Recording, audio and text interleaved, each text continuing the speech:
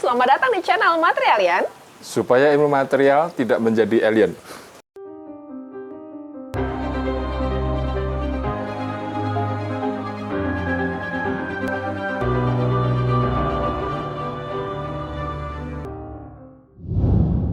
Ini ya, hari ini Materialian tuh sangat spesial karena apa? Saya harus menunggu 7 purnama baru bisa ketemu sama beliau.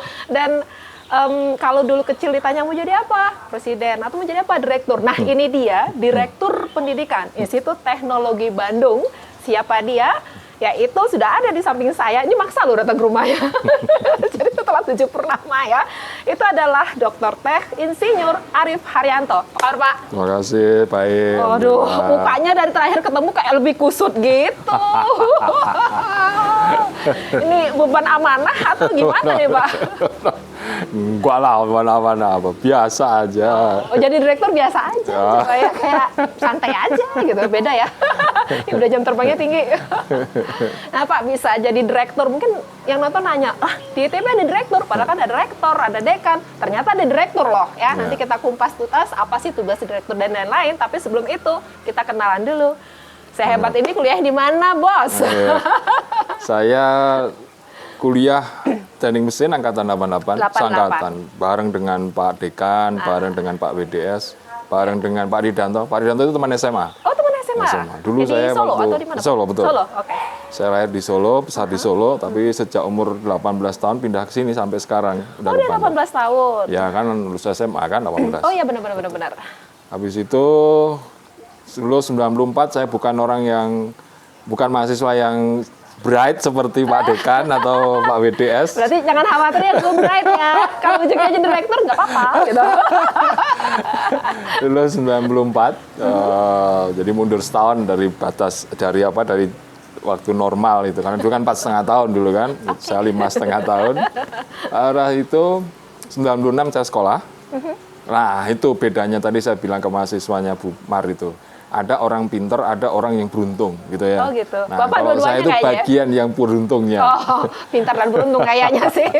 Kan kayak kita kuliah di sistem Jerman itu kan mereka dulu nggak kenal ada bachelor, master sama dokter kan. Benar. Dulu kan hanya ada diplom ing lalu kemudian dokter. Benar. Nah, waktu saya berangkat ke sana itu sebenarnya baru S1. Oke. Nah, tapi profesor saya mengizinkan. Dia bilang, Arief boleh kuliah langsung dokter, tapi tidak berhak diplom ing. Gitu. Oh. Di mana tuh Pak dulu? Dulu saya sekolah di TU Graz, Austria. Austria tahun berapa Pak? Tahun 96.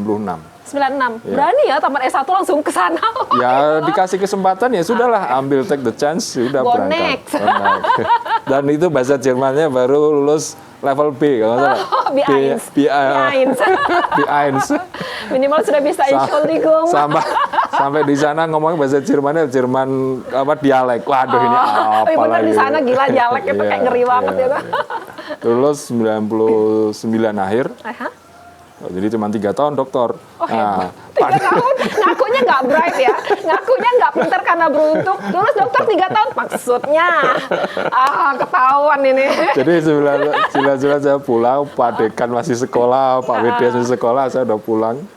Terus di teknik mesin juga Pak di sana? Iya teknik mesin, ya, betul teknik mesin. Kebetulan waktu itu saya masuk di lab yang memang sama dengan lab saya sekarang. Jadi lab motor bakar dan sebenarnya motor bakar. Lab motor bakar dan termodinamika kalau di sana. Ya kebetulan dapat profesor juga salah satu yang memang punya nama yang besar juga di dunia motor bakar. Ya alhamdulillah lah. Itu makanya saya bilang orang yang beruntung. Enggak, tapi 3 tahun dengan profesor yang punya nama besar, kayaknya nggak beruntung. Coba kasih tahu tipsnya. Ayolah. Enggak, serius beruntung gitu. Saya dapat topik yang saat itu, kalau di sana kan sebenarnya kalau dokter kan nggak ada kuliah ya. Iya benar-benar. Full riset gitu. Tapi saya disuruh kuliah. Oh gitu? Ya, 12 SKS saya harus kuliah. Kenapa? Karena ya itu tadi, profesornya pengen tahu, Anda tuh sebenarnya mampu nggak gitu. Oh, ngetes. Jerman kan sistemnya kan kalau 3 kali nggak lulus kan goodbye kan. Balik ke Indonesia loh. Ya, gitu. Indonesia gitu kan. Jadi saya suruh kuliah, 12 SKS, ya alhamdulillah lancar. Risetnya saya melanjutkan dari teman yang kebetulan dapat topik dari industri. Waktu itu simulasi, jadi saya membuat program waktu itu. Lalu ya semuanya serba kok kayaknya dilancarkan aja lah gitu ya. Amalannya apa, Pak? Hah? Amalannya apa? Amalannya apa ya? Berat amalannya. Ya kasih bocoran, mana tahu. Nggak bawa istri salah satunya. Makanya konsentrasi gitu. Iya, Sabtu Minggu tetap ya kerja. Oh, berarti kerja keras itu namanya. Betul, betul. Happy place with working hard. Oke. Gitu. Motivasinya apa tuh Pak? 3 tahun bisa selesai dan ya, itu di Jerman 3 tahun. Ya sebenarnya karena beasiswa sebenarnya. Karena dari memang mana Pak? Dari DAD? Dari kita nyebutnya OAD kan Australia. Oh, Australia. Austauschdienst ya. Oh. Jadi itu beasiswa dari mereka dan hanya 3 tahun biasanya. Hanya 3 tahun. Jadi ya harus survive 3 tahun. Harus kejar-kejaran aja lah gimana caranya, pokoknya nggak peduli lah. Pokoknya hebat. Karena setahu aku di Jerman 3 tahun nggak mungkin gitu ya. Nggak mungkin. Ya makanya saya bilang beruntung kan. Kalau Austria kan memang nggak se-strict seperti Jerman. Orang Austria itu mungkin kayak sedikit-sedikit orang Jawanya Jerman lah gitu ya. Jadi masih bisa bengkok-bengkok lah gitu. Gitu. Saya nulis boleh bahasa Inggris waktu itu. Oh, boleh bahasa Inggris nggak? Boleh. Jadi karena saya paksa, saya nggak bisa bahasa Jerman. Saya asalnya gini, Ding. Saya ingin tulisan saya itu bisa dibaca oleh teman-teman saya, oleh murid saya. Karena kalau bahasa Jerman nggak ada yang baca gitu. Oh, alasannya pintar ya. Ternyata sudah punya. Akhirnya diizinkan. Oh, akhirnya boleh. Dan kebetulan waktu itu profesor saya sebenarnya bilang saya nggak bisa bahasa Inggris, ya bilang gitu. Terus saya bilang gini lagi, saya punya kawan, almarhum sekarang, namanya profesor matematik kan biasa satu kota ada technical university, ada university-nya, ada kayak Unpad ITB lah gitu ya. Di sana ada University of Graz. Nah, saya punya kenalan teman profesor yang dia memang ngajar di di Amerika lama. Jadi dia yang meriksa tulisan saya. Jadi profesornya 2, satu meriksa tulisan, satu meriksa konten. Oke. Berarti komunikasi sama profesor di sana pakai bahasa Jerman? Bahasa Jerman. Saya bilang, sejak awal saya bertemu pertama kali, saya ingin bicara bahasa Jerman. Walaupun saya tidak bisa lancar, tapi saya ingin bahasa Jerman. Itu yang saya katakan begitu. Saya nggak mau bahasa Inggris. Karena buat saya, ya mengenal budaya harus berbahasa lokal ya. Jadi, tapi kalau nulis, nah ini beda gitu ya. Masalahnya grammarnya ngeri. Grammarnya nggak ada. Susah. Waduh gila, berarti keren banget nih spiritnya ya. Biar gimana pun pokoknya harus pakai bahasa Jerman terus, tapi bisa 3 tahun tuh menurut Mar tuh keren banget. Ya beruntung Pak Bu Mar. Dari tadi tuh sebenarnya sengaja loh mencari tips beruntung itu maksudnya jadi isinya apa? Karena keberuntungan itu adalah pertemuan antara persiapan dengan kesempatan. Ya, mungkin salah satunya itu karena waktu itu, sebenarnya itu awalnya kan karena project ya. Jadi ITB dapat bantuan dari Austria. Ada lab yang sekarang di labnya Pak Iman itu ya. Oh, Pak Iman ya. Betul. Nah, itu kan bantuan Austria itu. Nah, saya di sana, lalu kemudian dari situ Pak Rahmat Kentarjo punya hubungan dengan Technical University of Graz, lalu kemudian ya berhubungan baik lah gitu. Lalu kemudian ya memang sebelumnya saya sudah mulai kursus, saya nggak peduli saya mau berangkatnya kapan, tapi saya sudah mulai kursus bahasa Jerman. Nah gitu, itu well prepare-nya sebenarnya. Ya, salah jadi satunya walaupun belum tahu kapan berangkatnya, pokoknya dipersiapkan dulu. Iya betul. Oke, jadi saya nggak peduli nanti berangkatnya kapan atau nggak jadi berangkat. Karena saat itu juga jujur aja, saya sudah mulai ragu-ragu nih, saya mau lanjut di dosen apa enggak gitu, karena semua pada berangkat nih, saya kapan berangkatnya? Berarti agak lama setelah tamat S1 sampai berangkat? Hampir 2 tahun. 2 tahun ya, benar 2 tahun. April, ya benar 2 tahun. 2 tahun. Karena waktu itu saya ingat sekali, setelah lulus selisih 6 bulan kalau nggak salah Pak Dekan berangkat ke Inggris gitu. Setelah itu Oktobernya Pak WDS tuh. Ngeri banget nih teman-teman udah pada berangkat ke gue tinggal. Iya benar. Gitu ya? Akhirnya nyari kerja. Oh, gitu. Saya sempat nyari kerja, diterima di ABB Surabaya. Terus saya lapor ke Pak Rahmat Kentarjo. Pak Rahmat saya dapat, dia bilang begini, kalau 1 kali lagi kamu nggak bisa berangkat ke luar negeri, Anda boleh untuk mundur. Ya sudah, saya tunggu, saya persiapkan. Ya mungkin rezeki saya dikasih kesempatan berangkat, ya sudah berangkat. Wah, 96. Dari dulu emang pengen ke Jerman atau gimana Pak? Not really sebenarnya, tapi memang kesempatan waktu itu kan daerahnya daerah situ aja. Sebenarnya sih saya nggak punya preferensi khusus saat itu. Tapi memang pengen sekolah setinggi mungkin dan mungkin ya karena mau jadi dosen. Karena mau jadi dosen ya mau nggak mau kan itu jadi syarat ya. Jadi berarti waktu kecil ditanya mau jadi apa? Dosen. Nah itu makanya saya nggak punya bayangan itu Bu Mar. Semua hidup saya itu nggak punya bayangan di awal gitu. Waktu saya kuliah ya gitulah, banyak nggak lulus juga, IP ya biasa-biasa aja gitu ya. Kayak kita loh, ternyata kayak kita. Terus habis itu satu hari ditanya Pak Rahmat, Arif mau nggak jadi dosen gitu. Ya mau Pak gitu. Walaupun beliau tahu sebenarnya saya juga bukan yang, karena waktu itu ada kakak kelas yang jauh lebih pintar, tapi waktu ditawarin dia nggak mau. Nah kebetulan tawarin ke saya jadi saya tuh nomor 2 setelah beliau itu ya, pilihan kedua. Kemudian bilang saya mau gitu, lalu ya udah jalan aja. Setelah lulus pulang itu juga masih berjuang Bu Mar, karena saya kan statusnya belum dosen waktu itu, belum resmi jadi pegawai ITB. Status kepegawaian nggak ada gitu ya, tapi ya saya bantu FTMD semuanya, termasuk memberikan asisten dan seterusnya, jalan aja terus. Baru 2007 kan kami 2007 jadi ya Pak. 7 tahun. Juga. Wah itu selama itu menjalani hidup dengan keikhlasan tuh mungkin sekarang balasannya Pak ya? Oh enggak, itu karena sebenarnya masa nakal itu. Gila, ini kayak gitu masa nakal gimana sebaiknya? Jadi gini Bu Mar, standarnya tinggi. Bu Mar boleh tanya lah sejarah saya itu. 2000 sampai 2007 itu sebenarnya saya lebih banyak jadi proyektan daripada dosen. Oke. Jadi itulah kenapa saya survive. Karena sebenarnya saya nggak punya gaji. Gaji saya saya sempat jadi jadi dosen luar biasa. Tapi dosen luar biasa waktu itu kan gajinya itu 700.000 satu semester kan, kalau nggak salah ya. Seingat saya kan. Asisten akademik sekarang tinggi Pak ya. Iya, tinggi. Dulu satu semester 700.000. Gimana mau hidup kan? Udah punya istri lagi itu, udah punya anak waktu itu. Hebat. Ya survive-nya dari situ. Tapi sebenarnya itu juga modal saya untuk menjadi dosen yang lebih baik. Karena kan gimana pun kan kita itu kan engineering ya, jadi kan harus kenal dunia industri gitu. Nah itu jadi modal juga. Ya saya pernah boleh sombong dikit nggak?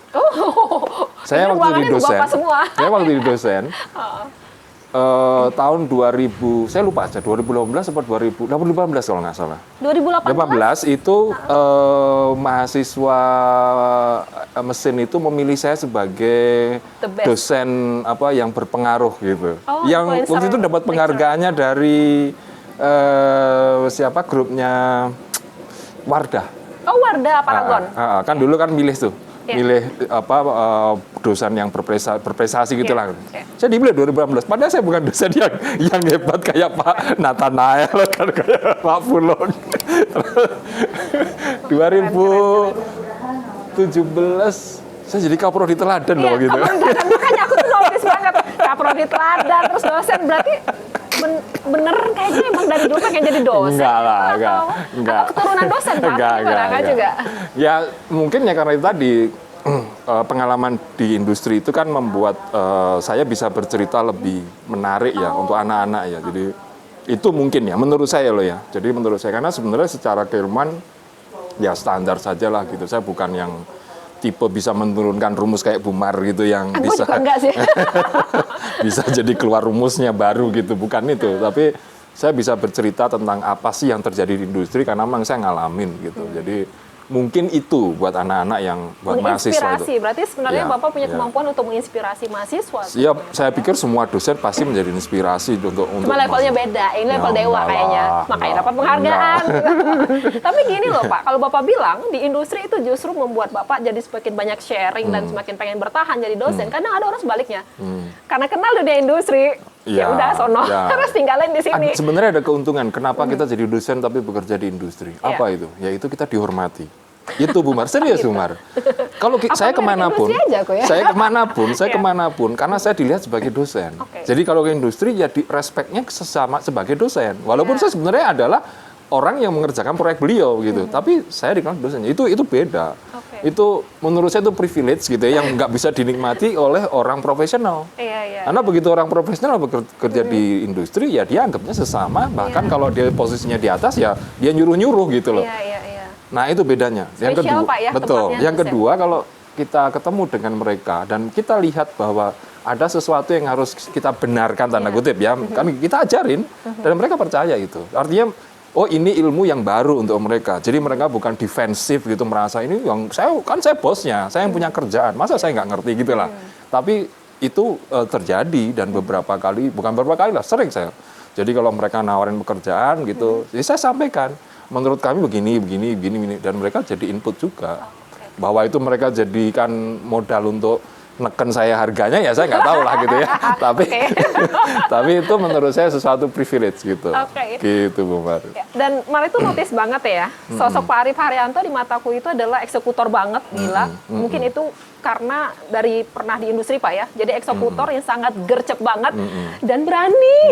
Jadi kalau ngingetin kalau apa tuh nggak pandang mau senior gitu, mau yang ini, di tengah tuh berani, dapat keberanian dari mana? Gini, Pak? kalau itu gini Bu, kalau itu sebenarnya diasah waktu mahasiswa Bu. Oh, mahasiswa. Saya akui saya dulu sebenarnya saya bukan orang yang tipe mudah bergaul. Saya dulu bukan. SMA, saya SMP, SMA temannya satu, benar-benar satu. Sampai sekarang jadi istri atau bukan? Bukan. Sampai tetangga saya bilang katanya, Mas Arif itu kok temannya cuma satu gitu. Betul, saya serius. Nah, tapi waktu saya kuliah di ITB, kebetulan saya aktivis dari salah satu organisasi, dan itu yang mengasah saya.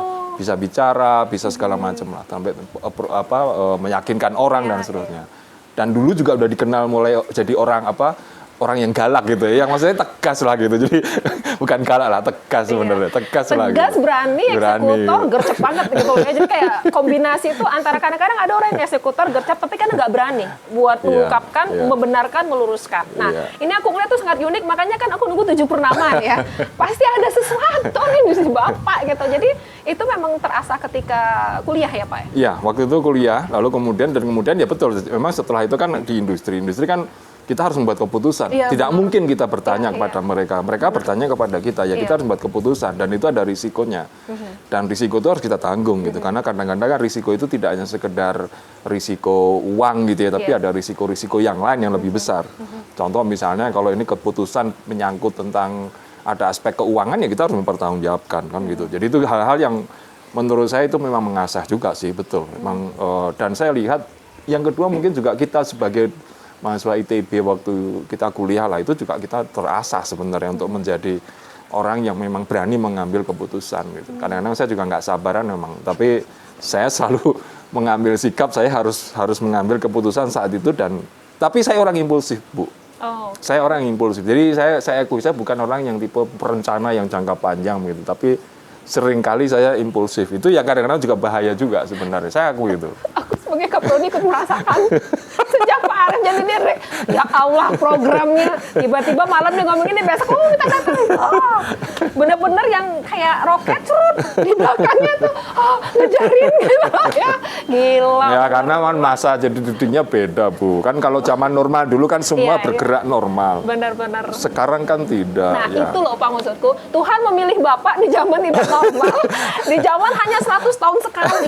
Tapi ITB dapat penghargaan justru. Nah itu bisa cerita nggak ke kita gimana rasanya? Saya ingat dengan kawan saya nih, si Bu Erna. Bu Erna yang di SITH. Ya. Bu Erna itu pernah bilang sekali ke saya, suatu saat itu dia WA ke saya, Rif kita ini beruntung karena kita dipilih untuk di masa yang sebenarnya orang bilang sih nggak enak ya, karena jadi pejabat dalam situasi ini kan nggak enak. Tapi sebenarnya, tapi itu maksudnya itu kan kesempatan ya untuk maksudnya bahwa ini ada situasi yang sangat kritis gitu ya. Nah kritis dan kita harus mengambil keputusan dan itu hubungannya dengan nyawa bahkan ya nyawa. Saya ingat saya dulu kan Bu Erna awal pandemi semua perguruan tinggi bilang bubar pulang segera, kita enggak loh.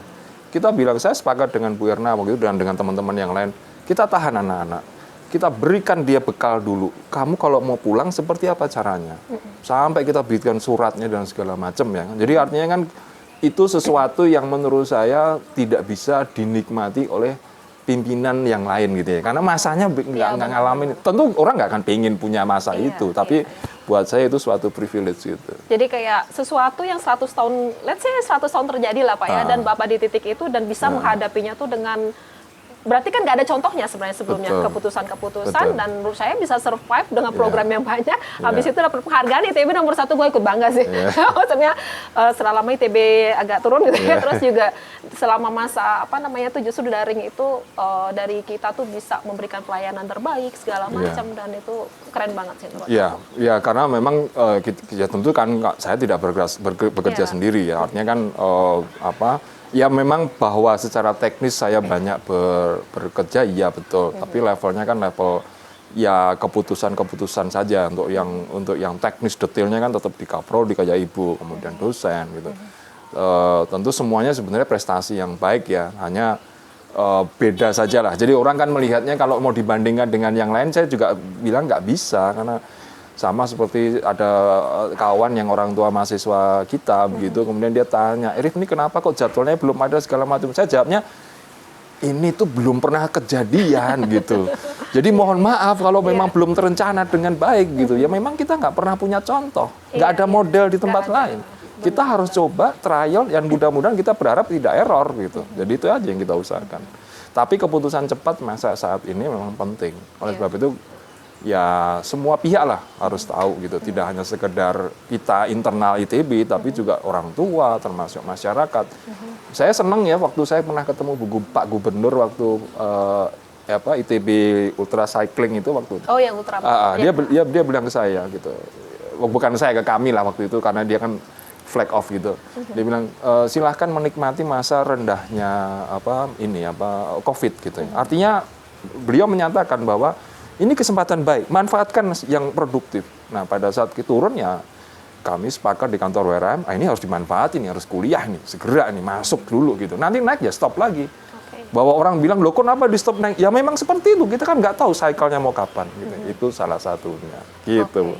Itu bisa memutuskan secepat itu, dan itu sudah berpikir semua risikonya. Semua risiko. Ya tentu kan dari berdasarkan pengalaman sebelumnya yang kita lihat bahwa anak-anak memang bisa kita latih gitu ya. Kemudian dosen juga sudah mulai terbiasa dengan situasinya. Lalu ya tentu pimpinan.